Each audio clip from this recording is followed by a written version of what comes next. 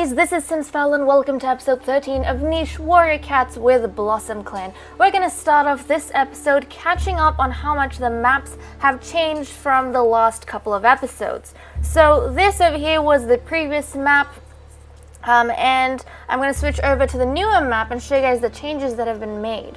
So, down at the bottom of the Sacred Bridge, we have extended Summerland territory down south of the West Wilds, and I think that's about all we've done down there. And then the tree at Cliff End finally has a name. I decided to go ahead and name it Tree of Strikance because Hawkstrike spent a lot of time down in that area, along with Lakewise, and we've already named a lake after Lakewise, so I went ahead and did that.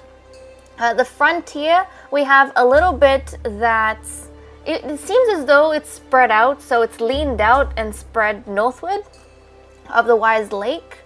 Yeah, we have that, and that's because, especially around Starberry, it's not as close to the tree in the middle as it used to be before, and I think that's because that area was lit up when we had cats around there, but now it's not so much. I don't think we've cleared the grasses in that area, so I thought we'd cut back a little bit.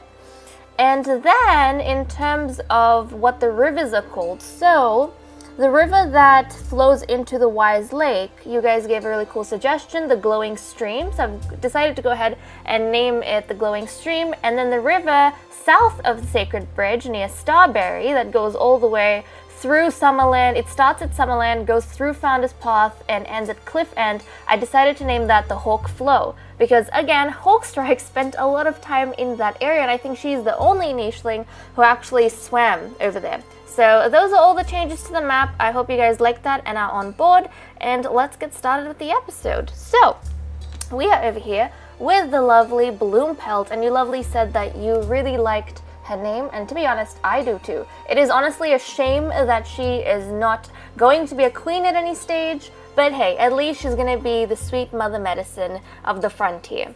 And her job is really important right now, especially because we have siblings who have decided to pair up. Now, you guys left some pretty cool information for me in the last episode saying that nichelings or warrior cats do have a thing where they don't have to be mates for life. Now, they are mates for life most of the time, but at certain points they might just have kits without actually being in love. And if that's the case, then as soon as another nicheling comes that they fall in love with, they can go through a divorce. There's not really a ceremony or anything that happens, but they can do that, and that way they have a bit more freedom in terms of who they breed with.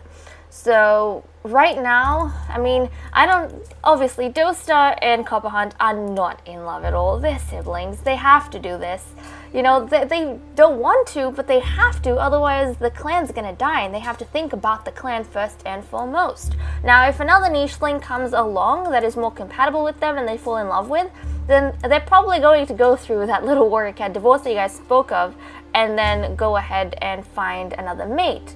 But for now, it's important for them to keep the clan going by having as many kits as possible. And so Dostar's doing her duty over here, being a queen, while Copperhunt kind of goes around the area trying to gather food and whatnot. Oh, look at that. Yep, gather food and resources, so that's quite good.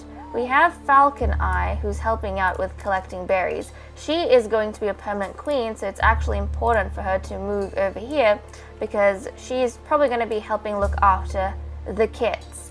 And Dostar's going to be queen anyway, so we might just get Falcon Eye to help gather food and stuff around the place because she can still pluck berries even if she can't go ahead and hunt.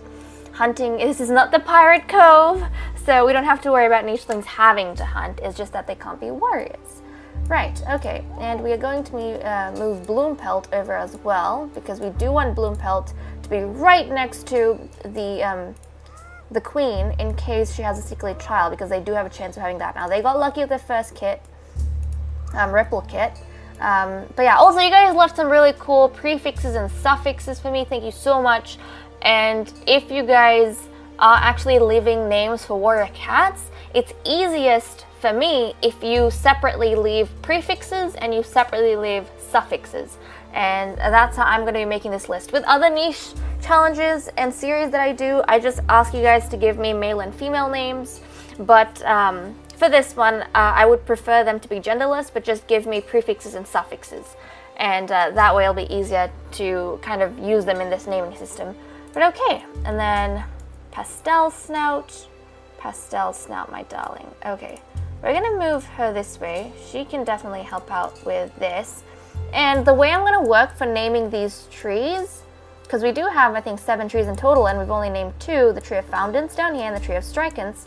I think the way I'm gonna do this is that to name a tree or to claim a tree, you actually have to clear all the grasses around it. Unless there's a regrowing patch of grass like we have over here, then it's okay, but you have to clear all the grasses around the tree in order for that to be uncovered to us. But okay, wonderful.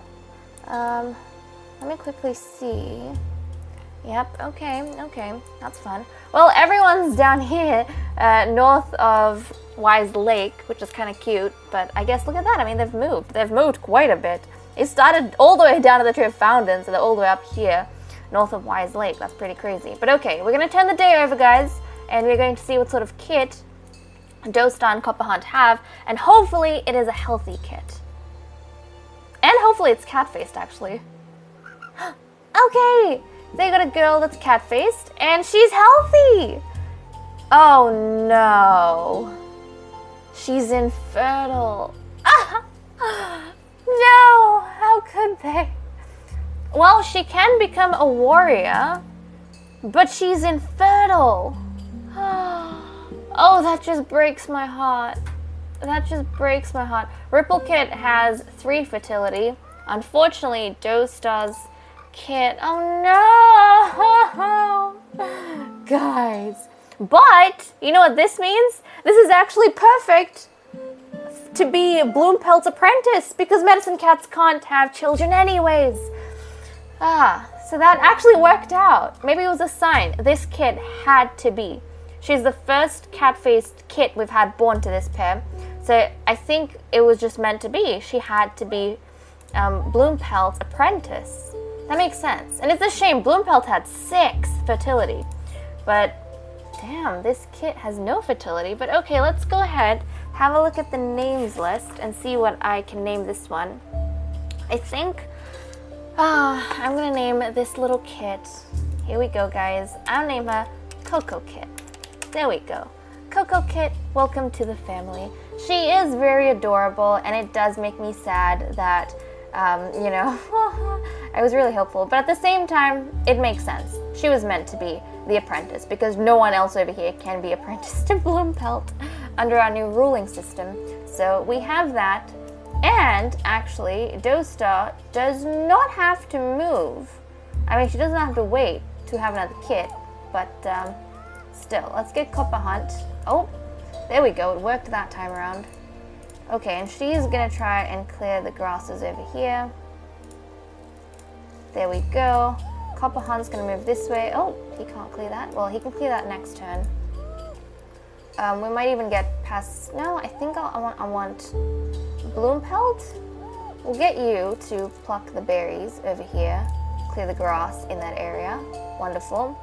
And Falconeye can help out over here. Wonderful. We'll get Ripple Kit to dive into the grasses and play over there where it's safe. Bloompelt can clear these grasses. Wonderful. Nobody's sick yet, but she's just going to stay in the area to make sure everyone is okay in case anything's needed. We have 92 food, 7 nichelings, and 82 nesting material. Right, okay, well, let's turn. And Dostar's the one who got, yeah, she had the blessings, which hasn't really come into fruition in any children. But then again, yeah, they've got, oh yeah, okay, so that makes sense. They probably won't have a lot of pattern nichelings. They have a 25% chance of actually getting a child with patterns. So that's interesting, okay. Let's turn the day over. Wonderful. I mean, we have to be grateful, guys, that we are getting healthy nichelings. So we have to be grateful for that. Okay, so within 2 tiles, yep, that's fine. Coco Kit's gonna move this way. She can have another kid, so she's gonna jump. Oh, she could have just cleared the grass. Well, what are you gonna do now? She's just gonna jump all over the place. There we go. I think she was just being nervous. And then we'll have Copperhunt clear this grass. He can dig up something over here and dig up something over there. Wonderful. Falcon Eye is going to collect this bit of berry, and then she's going to hop over here, collect another berry. We'll get Pastel Snout, who can crack a nut. That's pretty cool. We'll actually get her to jump in this direction and clear these grasses. There we go. And then Ripple Kit is going to jump down here to see what's happening with his mother. Bloompelt, I think, is going to, let's see, she can clear a spot. She's gonna clear that and then jump down here because she needs to be here for the kit again. So let's turn the day, guys, and see what we're working with. Oh my goodness. Oh no, it's our first sickly and it's infertile again. Holy cow. Okay, this is dangerous. This is very, very dangerous. So they've had 2 infertile kits in a row. They've proven they can have a kit with fertility, but they've had 2 infertile kits. Now, I would take this as a bad omen, guys, but the fact that they're having like purse-snouted infertile kits makes me think that these kits are meant to be Bloompelt's apprentice. So it seems as though Bloompelt is going to be getting 2 apprentices, because you guys did say we can have a maximum of 3 apprentice cats per clan. That means Coco Kid is going to be Bloompelt's apprentice, and so is this young man. So we need to go ahead and give him a name. He is sickly too. Unfortunately, we haven't had a medicine cat that's sickly, but that's probably going to help him. Yeah, if he can heal himself and maybe even the nichelings around him. But let's have a look at the naming list, or the names list, and see what we can go ahead and name him. Where are we at? Okay, we're over here. Right. You know, since they just discovered a little nut tree over here, I kind of want to name him Acorn Kit. We're going to name him Acorn Kit. Not Akron Kit, Acorn Kit. There we go. Coco Kit, Ripple Kit, and Acorn Kit. There we go. We have these lovely nichelings over here. Oh geez, okay, we're gonna have to see how we shuffle around these nichelings. Luckily, his siblings are old enough that they can move away from him and they won't get too sick. So we'll get Coco Kit to move there, and then we'll get Ripple Kit to again move away from his sickly young brother. Bloompelt is gonna purr for him and then jump out of the way. Yep, she's gonna jump in this direction. We'll have everyone else start moving around as well. We'll get Pastel Snout to clear the grasses, collect the nut. She's gonna pluck, and then I think Falcon Eye is going to move in this direction, clear the grass over here. Copper Hunt is gonna get moving as well. He is going to move in this direction. He needs to move away from the young kit as well. Doe Star is going to come here, and she is going to try again for a kit. Wonderful. Okay, I feel as though we do need to start focusing on food, but I am very stressed because we don't have a whole heap of fertile nichelings, guys. Ripple Kit's the only one, but he doesn't carry purse snout. And the only nichelings who carry purse snout, I mean, yes, they can be medicine cats, which is why we need purse snouted nichelings, but they're infertile, so there's no guarantee that the purse snouts are going to continue. At this stage, Copper Hunt's the only one who is passing on that purse snout, at least actively, so we do need them to breed until we have a fertile purse snouted young nicheling.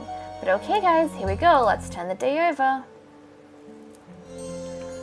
Okay, he was healed a little bit. He did get some damage, but he should be pretty okay.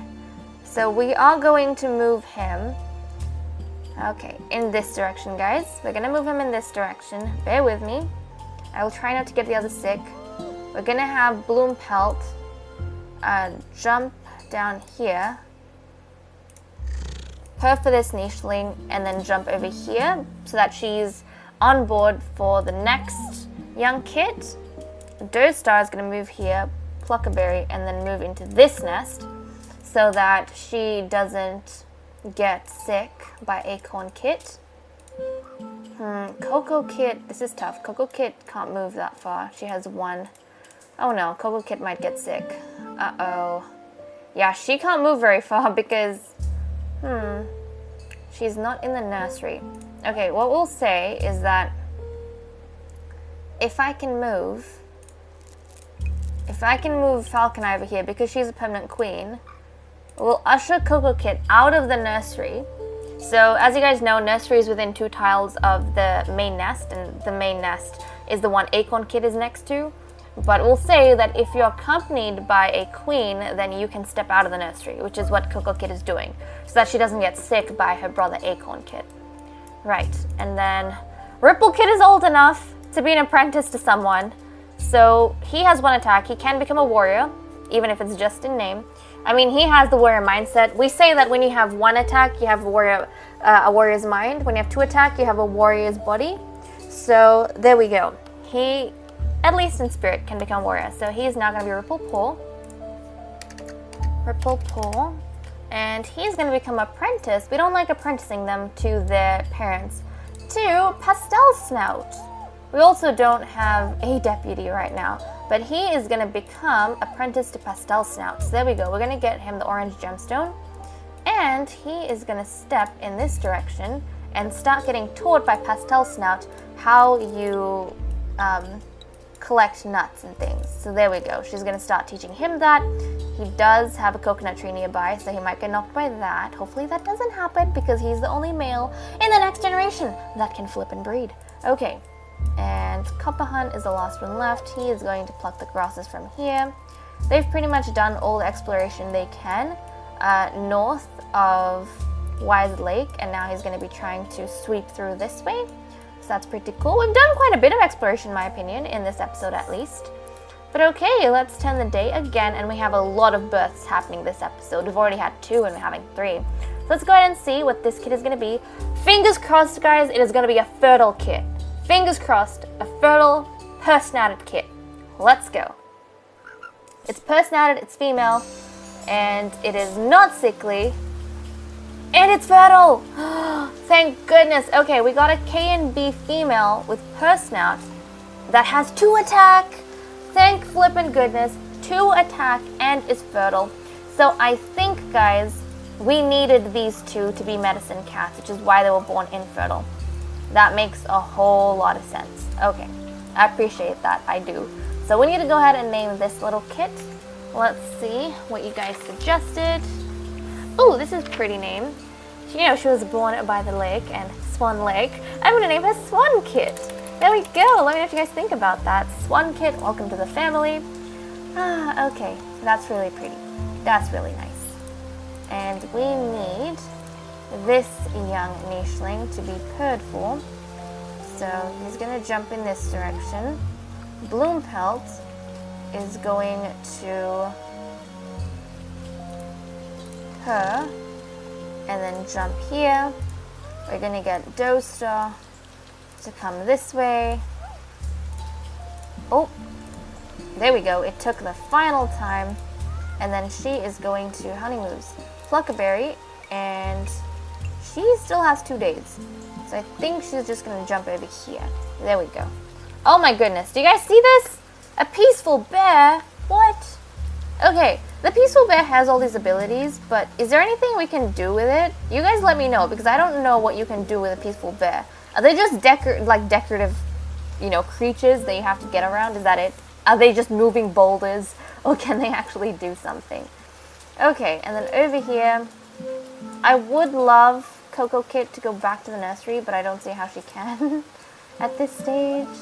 Okay, he's already been purred for. Falcon Eye is going to be gathering berries over here. That makes total sense.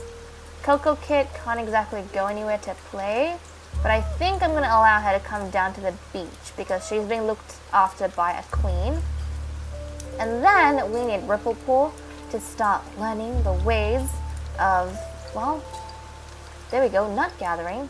What did we get? We got Crackajaw. Okay, that's pretty cool. And these are important because that means now we have unlocked Crackajaw as a blessing, like a potential blessing. And Pastel Snout is going to collect berries. There we go, there we go. So we have 100 food now, 9 nichelings, and 86 nesting material. And with 3 births done in this episode, guys, I'm going to head off and end here. Thank you so much for watching. I hope you all enjoyed, and I'll see you all in the next video. Bye-bye.